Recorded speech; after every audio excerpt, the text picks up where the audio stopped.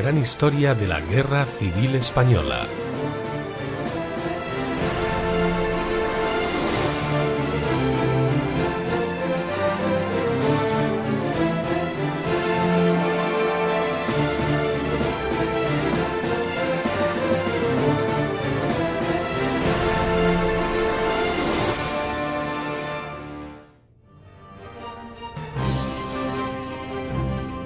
La Guerra Civil Española cumple un año.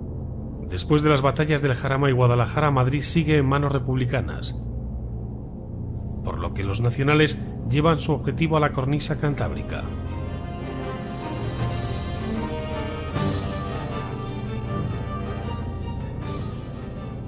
Comienza la campaña del norte.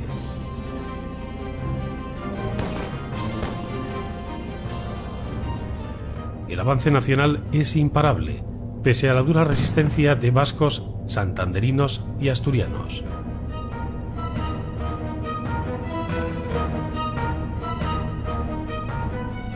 En Barcelona estalla una revuelta anarcosindicalista el mes de mayo.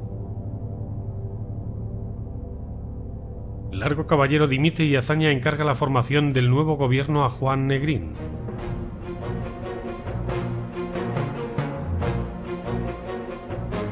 El sueño libertario revolucionario de los anarquistas se va evaporando. La CNT es desposeída de su privilegiada posición en Cataluña y se consuma el aniquilamiento total del POUM.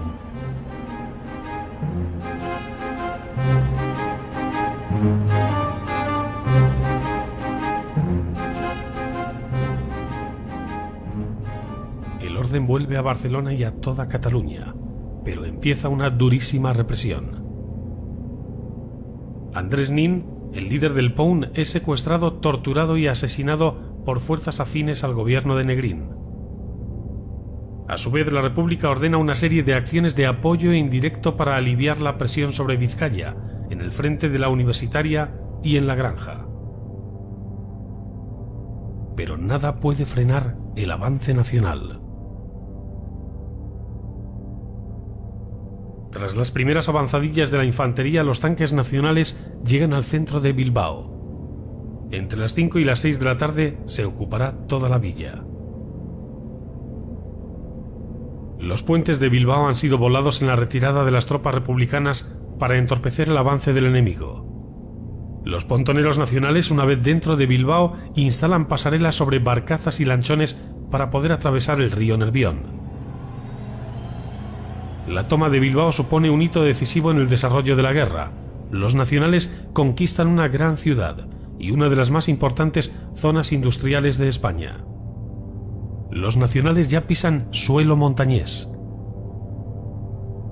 Las tropas nacionales, sin apenas descanso, avanzan hacia su próximo objetivo: Santander.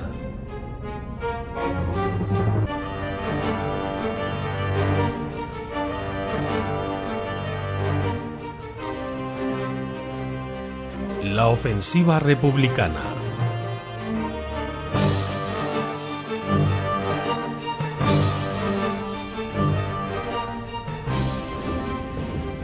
El 14 de agosto de 1937, recuperadas las fuerzas nacionales que se desplazaron al centro para la batalla de Brunete, comienza la ofensiva franquista sobre Santander. Dávila, al mando de un contingente de 100.000 hombres, se enfrenta a las tropas que defienden Santander bajo el mando de Gamir Uribarri. Las brigadas navarras parten desde Palencia y toman la fábrica de armas de Reynosa y los puertos del Escudo y el Seguro. La estampida de las fuerzas republicanas facilita la incautación de gran cantidad de armamento. El ministro de Defensa, Prieto, solicita que resistan 72 horas más, pues se va a iniciar una gran ofensiva sobre Zaragoza.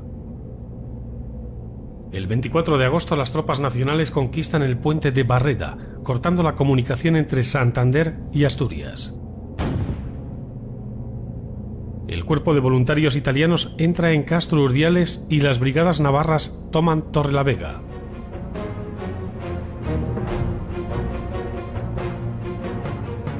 Gamir Uribarri, jefe máximo de las fuerzas republicanas, firma la orden de evacuación, la retirada general hacia Asturias.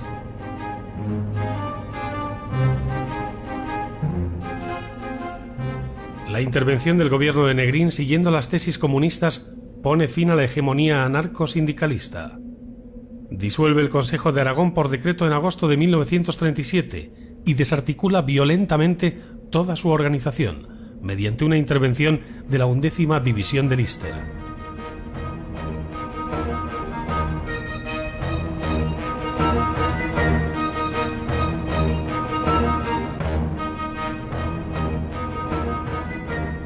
Lister, excediéndose en sus atribuciones, ocupa militarmente Aragón, detiene a los miembros libertarios del Consejo y recupera para el gobierno todas las facultades estatales de las que se ha visto privado. Negrín se ha transformado en un dictador con el beneplácito del comunismo y los partidos burgueses. 24 de agosto de 1937. Los republicanos desencadenan una nueva ofensiva en el frente de Aragón para aliviar la presión sobre Santander. Mientras los nacionales están a punto de entrar en Santander, Prieto concentra importantes fuerzas terrestres y aéreas en Aragón, con la misión de ocupar Zaragoza, obligar a los nacionales a suspender su avance en el norte y derrumbar todo el frente del este. A finales de agosto de 1937, la campaña del norte sigue su marcha imparable. Los nacionales tienen embolsado Santander y Asturias. La República prepara una maniobra de distracción en Aragón para obligar a los nacionales a desviar tropas del frente norte. Sin embargo, en esta ocasión, Franco no caerá en la trampa. Mientras el ejército republicano avanza hacia Belchite, Santander está a punto de caer en poder nacional.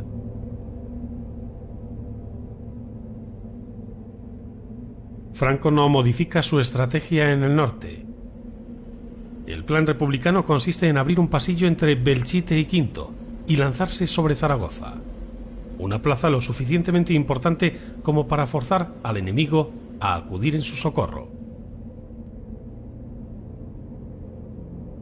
Se trasladan al frente de Aragón las más destacadas unidades republicanas que han participado en la batalla de Brunete, convenientemente reorganizadas. Son en total algo más de 80.000 hombres, carros blindados, piezas de artillería y baterías antiaéreas.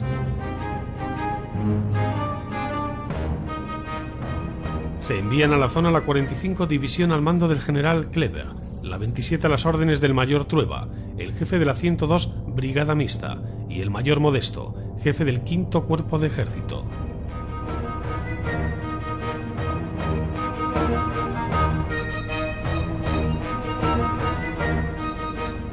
La dirección del conjunto se asigna al general Pozas, jefe del Ejército del Este. Instala su cuartel general en Bujalaroz, antiguo feudo anarquista, a unos 90 kilómetros al este de Zaragoza. Es también llamada la 11ª División de Lister, la 46 del Campesino, varias unidades anarquistas y otras unidades independientes. La situación de semiabandono por parte de los nacionales del frente aragonés permite y facilita el desconcierto y la sorpresa inicial de la ofensiva.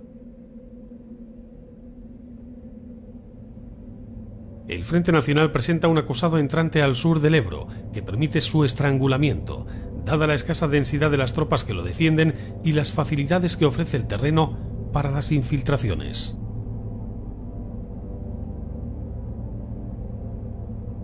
El terreno suavemente ondulado es apto para la acción ofensiva y el avance.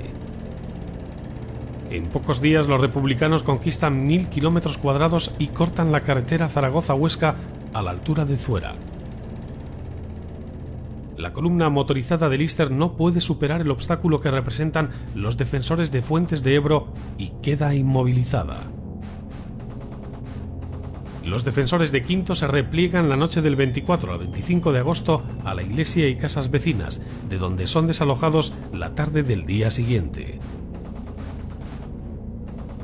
En Codo, los requetés de Nuestra Señora de Montserrat combaten en el casco urbano, casa por casa, hasta que logran romper el cerco en una desesperada salida con innumerables bajas. Solo queda Belchite, que va a prolongar durante 15 días su increíble resistencia, protagonizada por su pequeña guarnición y por la población civil, apenas unos 2000 hombres. La tenacidad de los defensores nacionales en esta población sorprende a los republicanos. Franco ordena a las tropas que defienden Aragón resistir hasta que lleguen refuerzos. Desde el norte acude la aviación nacional. Varias unidades de la Legión Cóndor también son enviadas a la zona. El 26 de agosto las tropas italianas y las brigadas navarras entran en Santander. En Santoña las fuerzas del ejército vasco se entregan a las tropas italianas. Fidel Dávila comunica a Franco que la ciudad montañesa ha caído. Ahora solo queda Asturias como único reducto republicano en el Cantábrico. Llegan al frente de Aragón los primeros refuerzos nacionales desplegándose por las posiciones más críticas del frente. Simultáneamente, tropas republicanas apoyadas por tanques soviéticos logran un considerable avance hacia Belchite. Situado a 48 kilómetros de Zaragoza, Belchite, un pueblo sin apenas valor estratégico, se ve envuelto en una terrible batalla, superando todo lo imaginable. La primera ofensiva republicana sobre Belchite se produce el 28 de agosto, pero es rechazada por los defensores, una guarnición compuesta por 2.273 hombres. El 31 de agosto el general Walter toma el mando de las operaciones republicanas, produciéndose los primeros ataques, todo un preámbulo de lo que se avecina. El mando nacional envía aviones que ametrallan y bombardean a las fuerzas enemigas que rodean la localidad preparadas para el asalto. Sin embargo, el apoyo aéreo no es suficiente. Ante la falta de fuerzas aerotransportadas o paracaidistas, el auxilio efectivo debe llegar por tierra. La presión sobre los sitiados de Belchite es cada vez mayor. La población civil es evacuada de las zonas limítrofes del pueblo. Hace calor en Belchite. Bajo un sol abrasador y asfixiante, los soldados nacionales esperan. Mientras tanto, las tropas republicanas toman posiciones en las afueras del pueblo para el asalto final.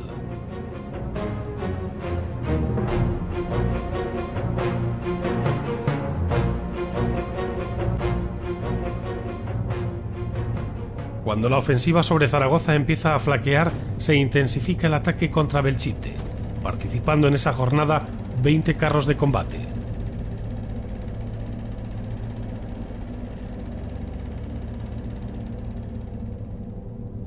Y desde el aire apoyan el ataque varias escuadrillas de cazas soviéticos. El 1 de septiembre, ante la imposibilidad de seguir avanzando hacia Zaragoza, el Estado Mayor republicano concentra todo su esfuerzo bélico sobre la única localidad que ha quedado aislada en la zona republicana, Belchite.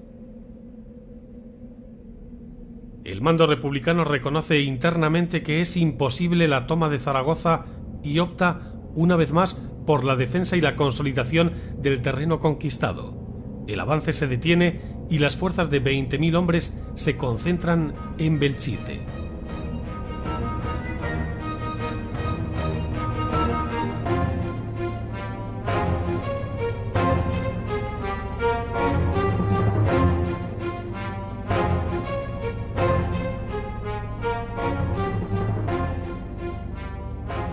Gracias a un aparato de radio, Belchite puede comunicarse con el alto mando nacional en Zaragoza. Es el único sistema que tienen los sitiados para solicitar ayuda y suministros.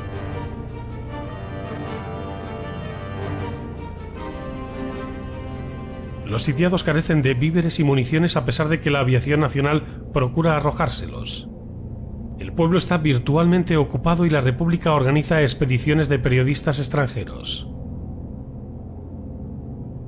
Pero no pueden entrar ante la intensidad del fuego cruzado entre sitiados y atacantes.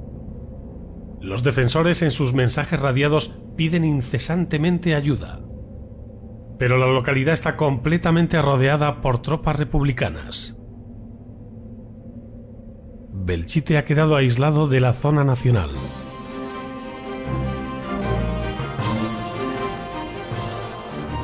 Franco incorpora divisiones del Frente de Madrid. La división Barrón logra detener el avance que amenaza Zaragoza, y la división Sáez de Buruaga es la que trata de socorrer al sitiado Belchite. Los sitiados creen que llegará ayuda y se disponen a resistir como sea, pero todas las tropas son necesarias para defender Zaragoza. Por ello se comunica a la guarnición que deberá resistir por sus propios medios. Las tropas republicanas a las afueras de Belchite comienzan a estudiar detenidamente por dónde atacar el pueblo.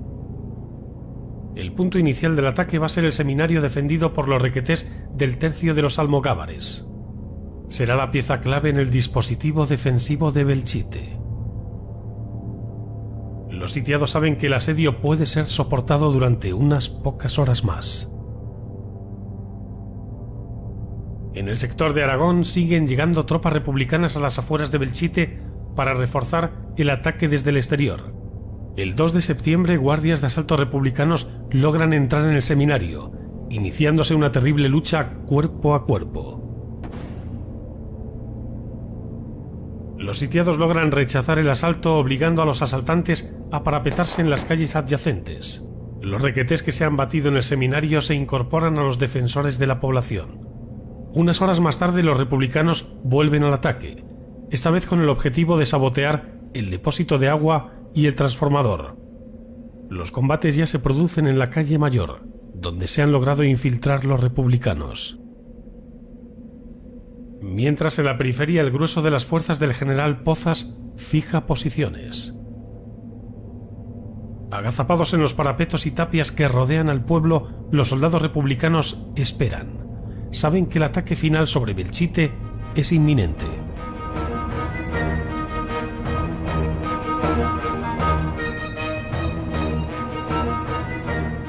El 1 de septiembre los nacionales cierran el frente santanderino tomando las localidades del litoral que estaban en manos republicanas. Las tropas cruzan el río Deva, frontera natural con la provincia de Asturias. El día 2 cae en manos nacionales la localidad santanderina de Potes y comienza la ofensiva para conquistar el territorio asturiano. Mientras en Belchite, al anochecer del 2 de septiembre, el seminario está a punto de sucumbir. Los republicanos ya ocupan la Plaza de Toros y otros edificios representativos.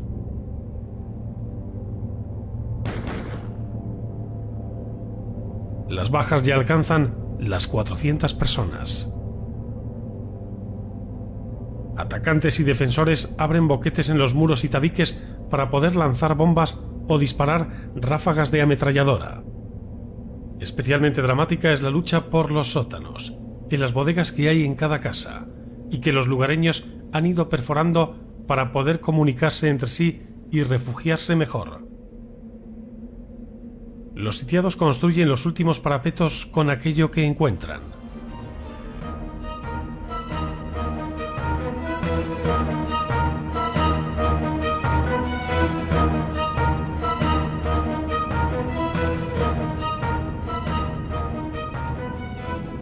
El 3 de septiembre los radiogramas de los nacionales dejan traslucir el drama de la situación.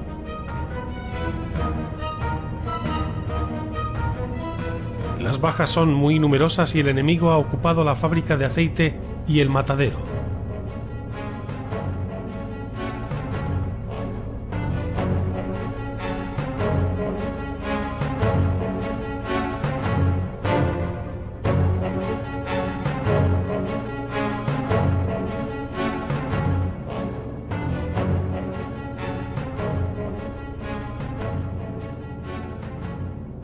El círculo del asedio se ha cerrado. Aunque sin tener un carácter decisivo, la lucha también se da en el aire, enfrentándose grandes formaciones de aviones de ambos bandos. Los nacionales despliegan sobre todo la aviación italiana trasladada desde el norte y el centro, así como al grupo de García Morato.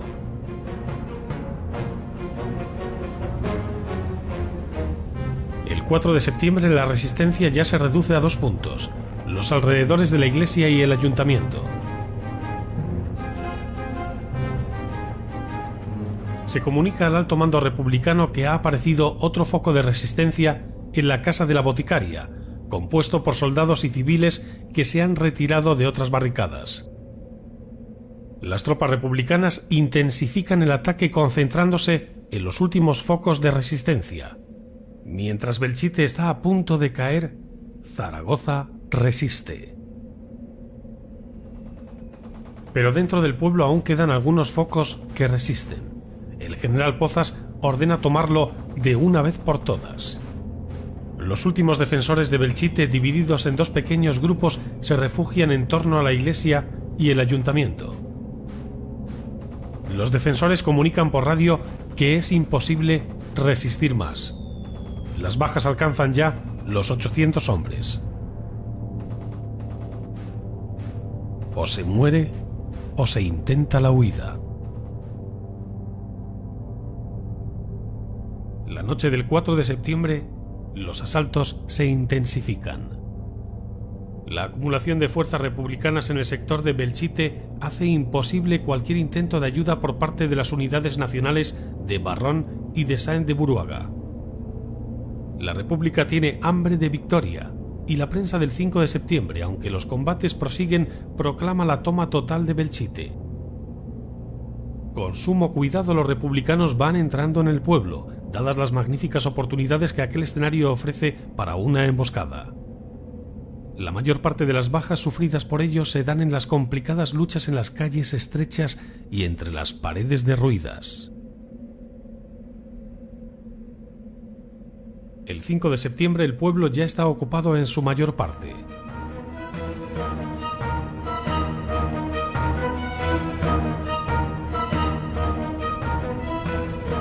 El general Pozas se presenta en persona a comprobarlo. Los sitiados piden permiso al alto mando para escapar del pueblo. Seguidamente inutilizan la radio.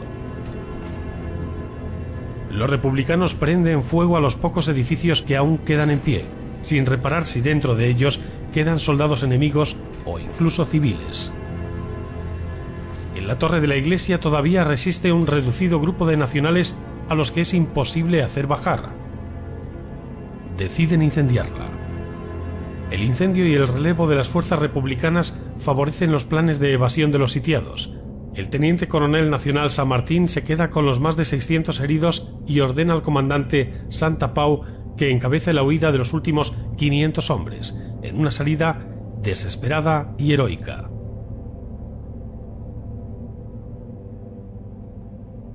Lo logran corriendo toda la noche campo a través hacia el este, unos 20 kilómetros, hasta que encuentran las hogueras que han prendido los nacionales para indicarles el camino.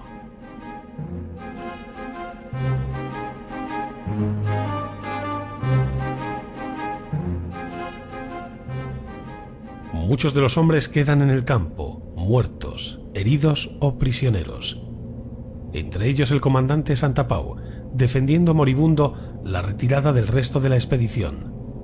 Menos de 200 alcanzan las líneas nacionales. Con las primeras luces del 6 de septiembre los republicanos van ocupando, sin disparar un solo tiro, todos los puntos del pueblo.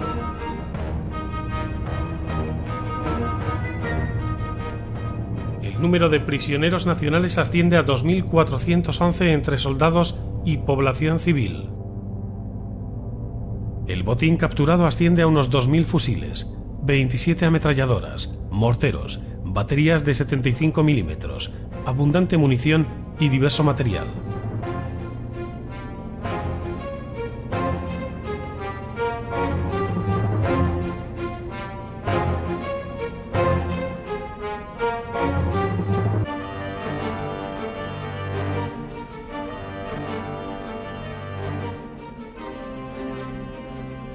La puerta de entrada a la villa se sostiene milagrosamente después de soportar varios días el fuego cruzado, las granadas, los morteros y los ataques de artillería.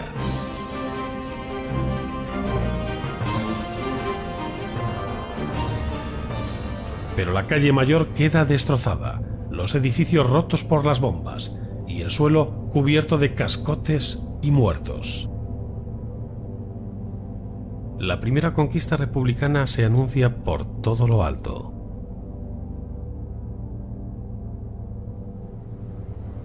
Belchite es una clara demostración de que el ejército popular ya está en condiciones de pasar a la ofensiva.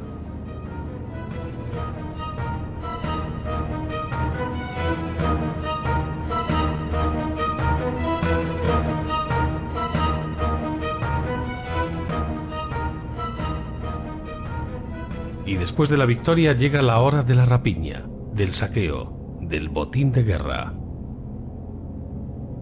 Belchite se traduce en una terrible carnicería que eleva las víctimas mortales a 5.000 combatientes entre ambos bandos.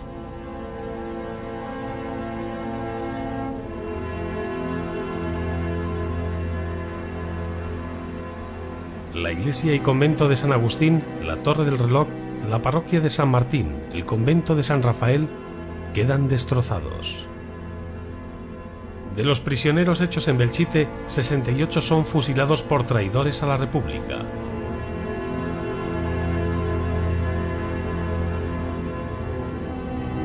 La localidad no retornará a manos nacionales hasta el 10 de marzo de 1938. En el norte de España los nacionales siguen su avance imparable. Desde el este la 4ª Brigada de Navarra progresa por la costa asturiana y la 5ª y la 6ª lo hacen por la carretera de Cabrales.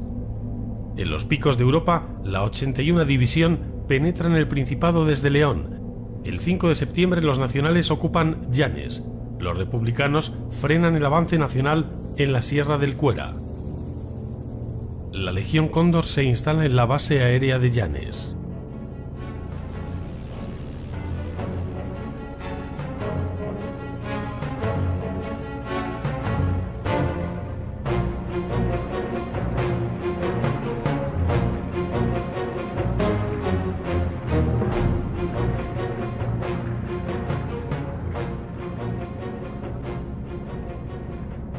Se producen duros combates en el desfiladero del Mazuco. La 1ª Brigada de Navarra intenta expulsar a la 184 Brigada Republicana con apoyo artillero y bombardeos de la aviación, pero el ejército popular resiste en la línea del frente.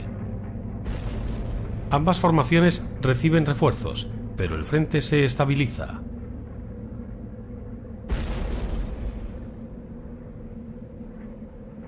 En el sector de Peña Turbina, 12 batallones republicanos oponen dura resistencia al avance nacional.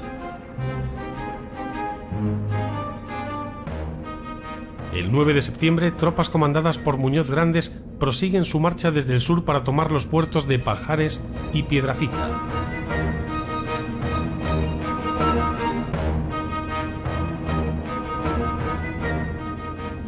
El 11 de septiembre los nacionales inician la maniobra de envolvimiento en la Sierra del Cuera.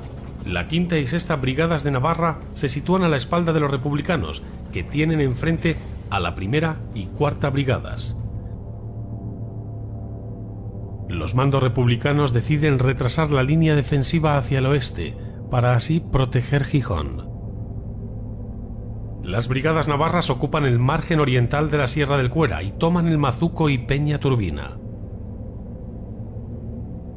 Fidel Dávila autoriza el inicio de los bombardeos masivos sobre la costa asturiana.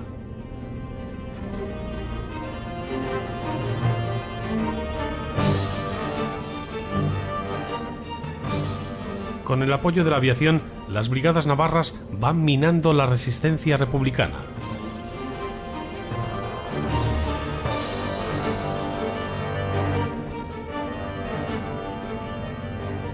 El 22 de septiembre la posición de Peñas Blancas es conquistada por los nacionales. Los republicanos vuelven a utilizar la política de tierra quemada. Desde el este las brigadas navarras ocupan Ribadesella. Los defensores destruyen todos los puentes que cruzan el río. Y los nacionales alcanzan los lagos de Covadonga.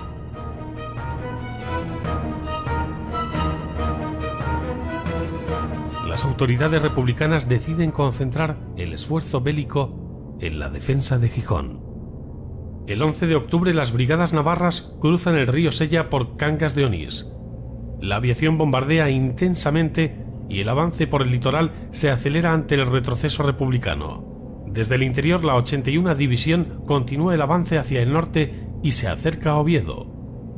La retaguardia se descompone y los líderes políticos inician la huida. El cerco sobre Gijón se estrecha y la aviación lanza duros ataques durante la noche. Desde el sur y el este, las brigadas navarras y la 81 División han tomado todas las poblaciones importantes y mantienen cercado a Gijón. El 21 de octubre los republicanos entregan la plaza de Gijón a los nacionales. El Consejo de Asturias, días antes de abandonar la ciudad, ordena la destrucción de todas las industrias militarizadas. La oculta quinta columna se hace con el control de los principales edificios, entre ellos el de la radio, desde donde se reclama ayuda a las brigadas navarras para que tomen la ciudad.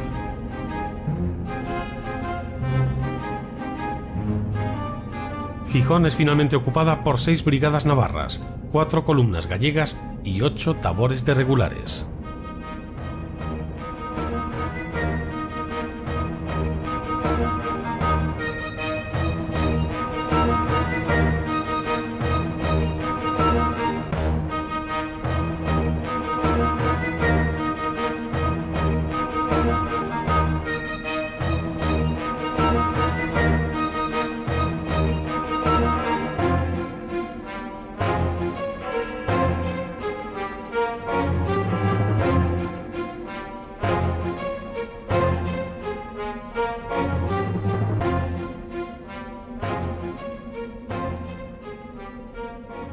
La toma de Avilés supone el fin del Frente Norte Republicano.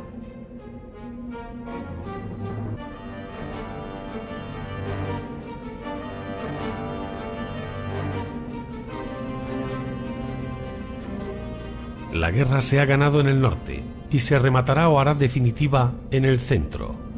General Franco.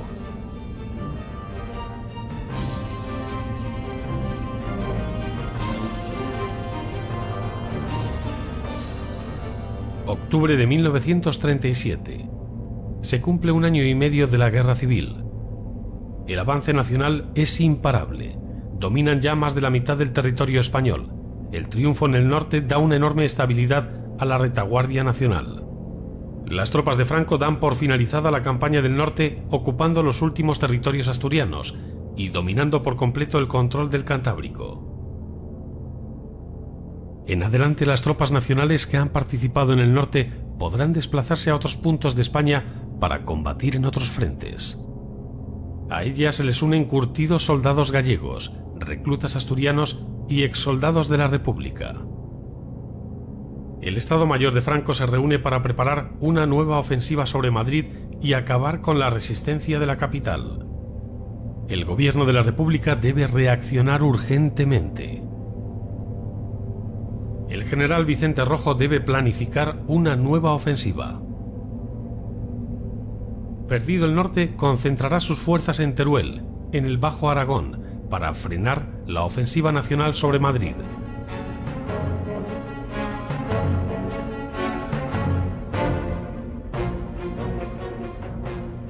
El anarquista Cipriano Mera se infiltra en las líneas enemigas y descubre a tiempo las maniobras nacionales de ataque.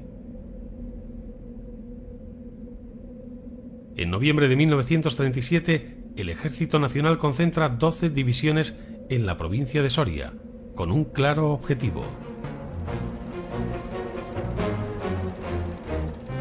la ofensiva definitiva sobre Madrid.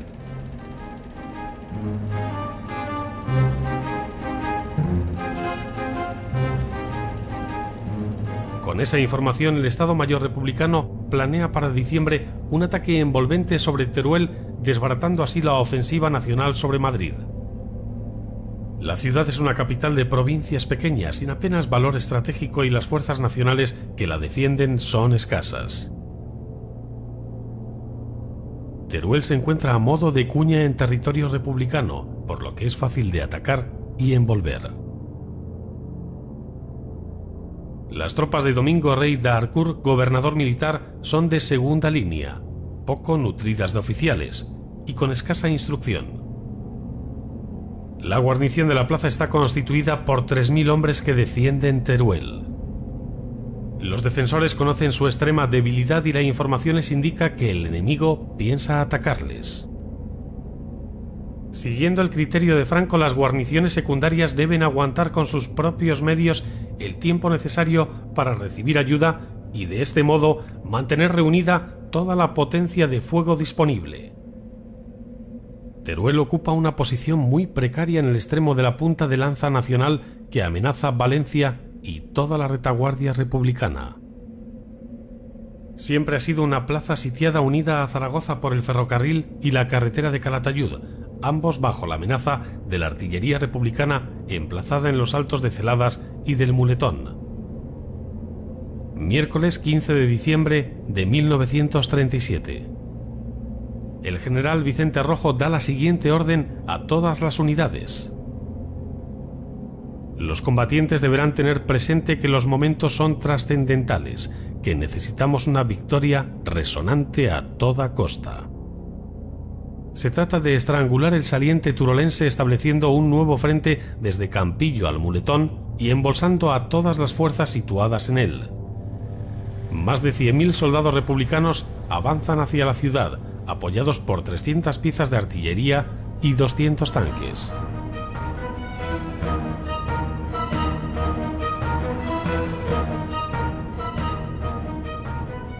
Ese día empieza una batalla terrible que va a durar más de 2 meses.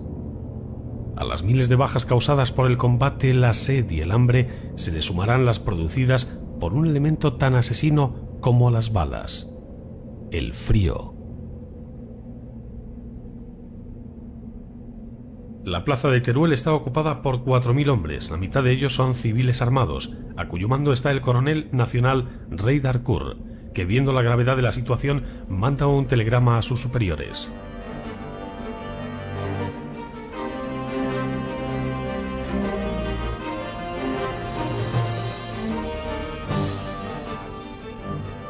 Atacado por todos los frentes, se resiste.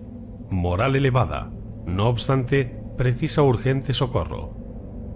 El ataque republicano sobre Teruel hace renunciar a Franco a la ofensiva sobre Madrid para acudir en auxilio de la ciudad sitiada.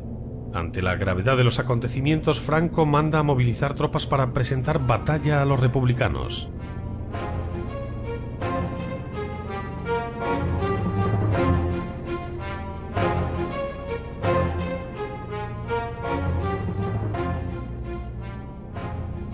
Miles de soldados nacionales son enviados al frente turolense.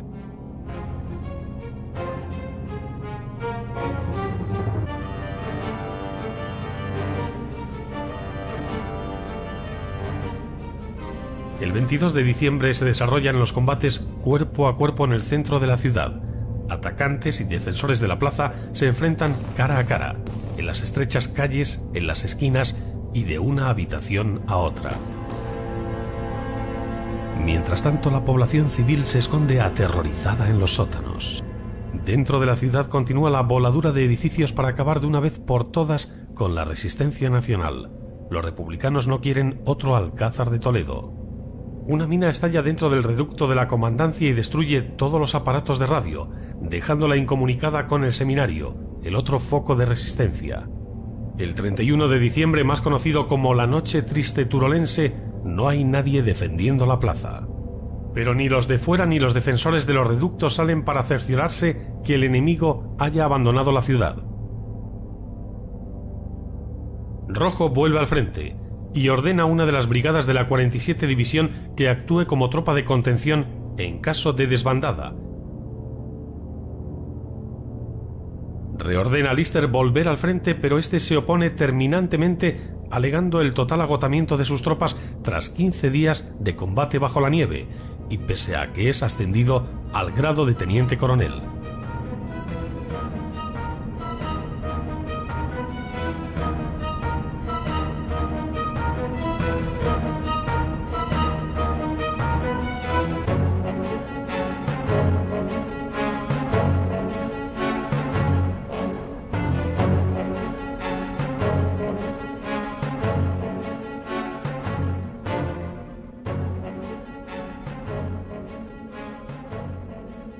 Durante varias horas, Teruel no fue de nadie.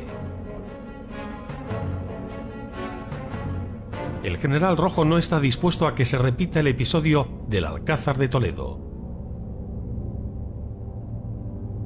Ordena la voladura del seminario y la comandancia, últimos reductos nacionales. Después de una agonía insostenible, el coronel rinde la comandancia el 7 de enero.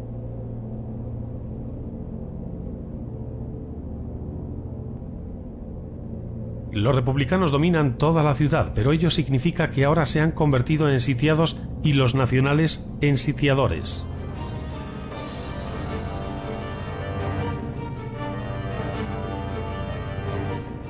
La población civil es evacuada después de casi un mes de agonía.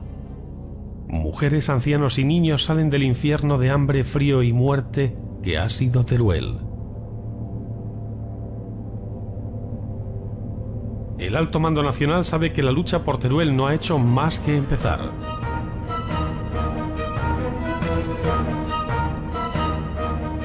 Franco ha de reconquistar Teruel a cualquier precio. Ordena al general Dávila reorganizar el ejército de operaciones, que queda configurado por 3 cuerpos de ejército. El de Galicia del general Aranda. El de Castilla del general Varela. Y el marroquí del general Yagüe. Pero la conquista republicana no durará mucho tiempo. El espacio en la guerra es un acordeón, va y viene.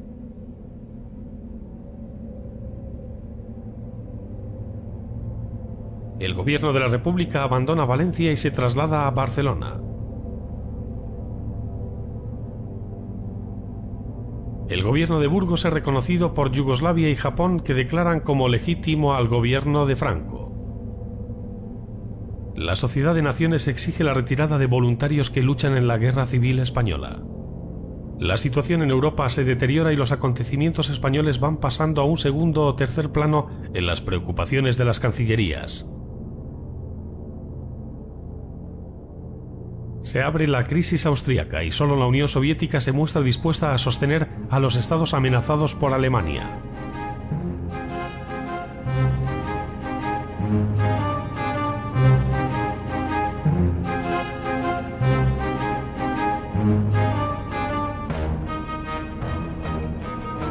En España, entre tanto, toda la atención sigue puesta en una pequeña capital de provincias, Teruel.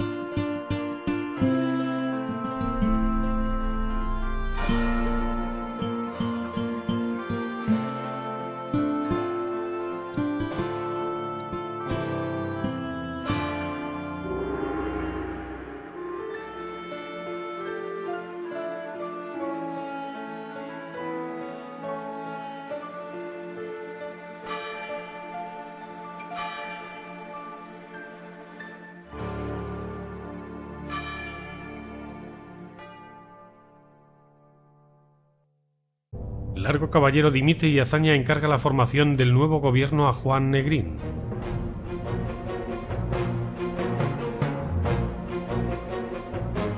El sueño libertario revolucionario de los anarquistas se va evaporando.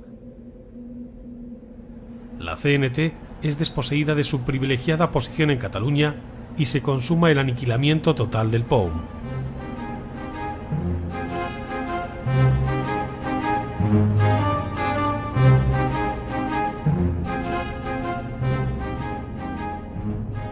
El orden vuelve a Barcelona y a toda Cataluña, pero empieza una durísima represión. Andrés Nin, el líder del POUM, es secuestrado, torturado y asesinado por fuerzas afines al gobierno de Negrín. A su vez, la República ordena una serie de acciones de apoyo indirecto para aliviar la presión sobre Vizcaya, en el frente de la Universitaria y en la Granja. Pero nada puede frenar el avance nacional. Tras las primeras avanzadillas de la infantería, los tanques nacionales llegan al centro de Bilbao. Entre las 5 y las 6 de la tarde se ocupará toda la villa.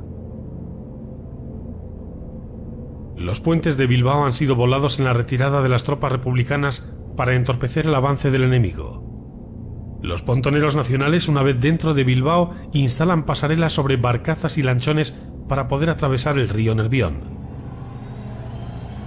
La toma de Bilbao supone un hito decisivo en el desarrollo de la guerra. Los nacionales tienen embolsado Santander y Asturias. La República prepara una maniobra de distracción en Aragón para obligar a los nacionales a desviar tropas del frente norte.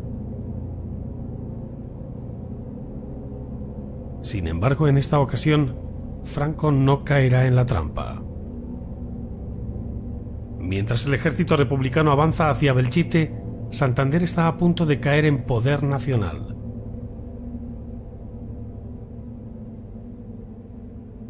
Franco no modifica su estrategia en el norte. El plan republicano consiste en abrir un pasillo entre Belchite y Quinto y lanzarse sobre Zaragoza, una plaza lo suficientemente importante como para forzar al enemigo a acudir en su socorro. Se trasladan al frente de Aragón las más destacadas unidades republicanas que han participado en la batalla de Brunete, convenientemente reorganizadas. Son en total algo más de 80.000 hombres, carros blindados, piezas de artillería y baterías antiaéreas. Se envían a la zona la 45 División al mando del general Kleber, la 27 a las órdenes del mayor Trueba, el jefe de la 102 Brigada Mixta y el mayor Modesto, jefe del 5º Cuerpo de Ejército.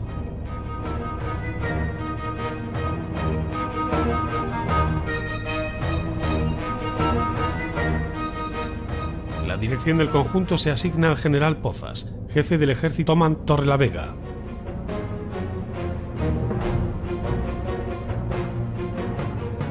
Gamir Uribarri, jefe máximo de las fuerzas republicanas, firma la orden de evacuación, la retirada general hacia Asturias.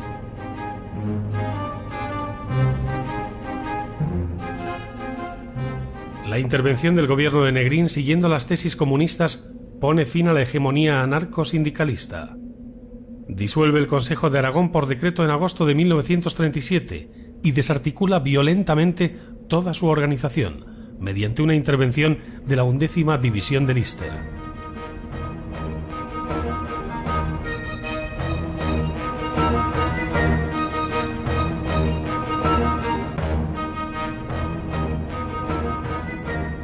Lister, excediéndose en sus atribuciones, ocupa militarmente Aragón, detiene a los miembros libertarios del Consejo y recupera para el gobierno todas las facultades estatales de las que se ha visto privado.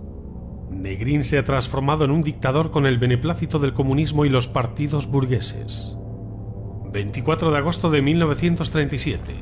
Los republicanos desencadenan una nueva ofensiva en el frente de Aragón para aliviar la presión sobre Santander. Mientras los nacionales están a punto de entrar en Santander, Prieto concentra importantes fuerzas terrestres y aéreas en Aragón, con la misión de ocupar Zaragoza, obligar a los nacionales a suspender su avance en el norte y derrumbar todo el frente del este. A finales de agosto de 1937, la campaña del norte sigue su marcha imparable.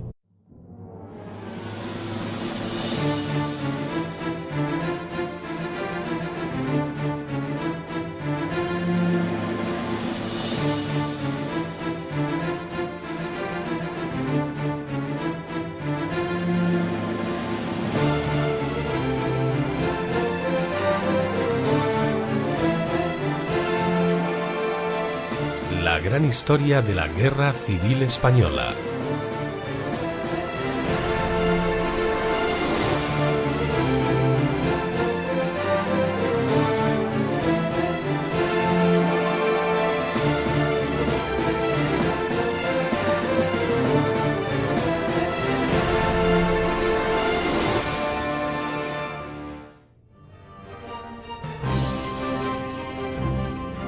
La Guerra Civil Española cumple un año. Después de las batallas del Jarama y Guadalajara, Madrid sigue en manos republicanas, por lo que los nacionales llevan su objetivo a la cornisa cantábrica.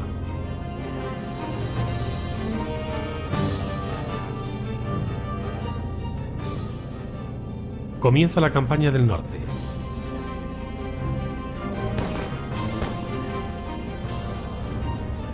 El avance nacional es imparable, pese a la dura resistencia de vascos, santanderinos y asturianos.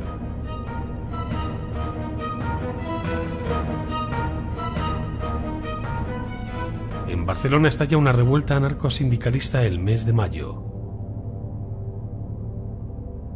Nacionales conquistan una gran ciudad y una de las más importantes zonas industriales de España. Los nacionales ya pisan suelo montañés. Las tropas nacionales, sin apenas descanso, avanzan hacia su próximo objetivo, Santander.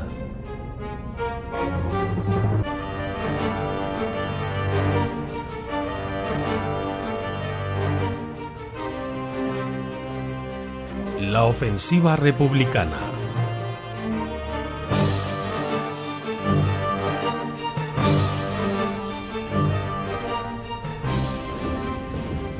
El 14 de agosto de 1937, recuperadas las fuerzas nacionales que se desplazaron al centro para la batalla de Brunete, comienza la ofensiva franquista sobre Santander. Dávila, al mando de un contingente de 100.000 hombres, se enfrenta a las tropas que defienden Santander bajo el mando de Gamir Uribarri. Las brigadas navarras parten desde Palencia y toman la fábrica de armas de Reynosa y los puertos del Escudo y el Seguro. La estampida de las fuerzas republicanas facilita la incautación de gran cantidad de armamento. El ministro de Defensa, Prieto, solicita que resistan 72 horas más, pues se va a iniciar una gran ofensiva sobre Zaragoza. El 24 de agosto las tropas nacionales conquistan el puente de Barreda, cortando la comunicación entre Santander y Asturias. El cuerpo de voluntarios italianos entra en Castro Urdiales y las brigadas navarras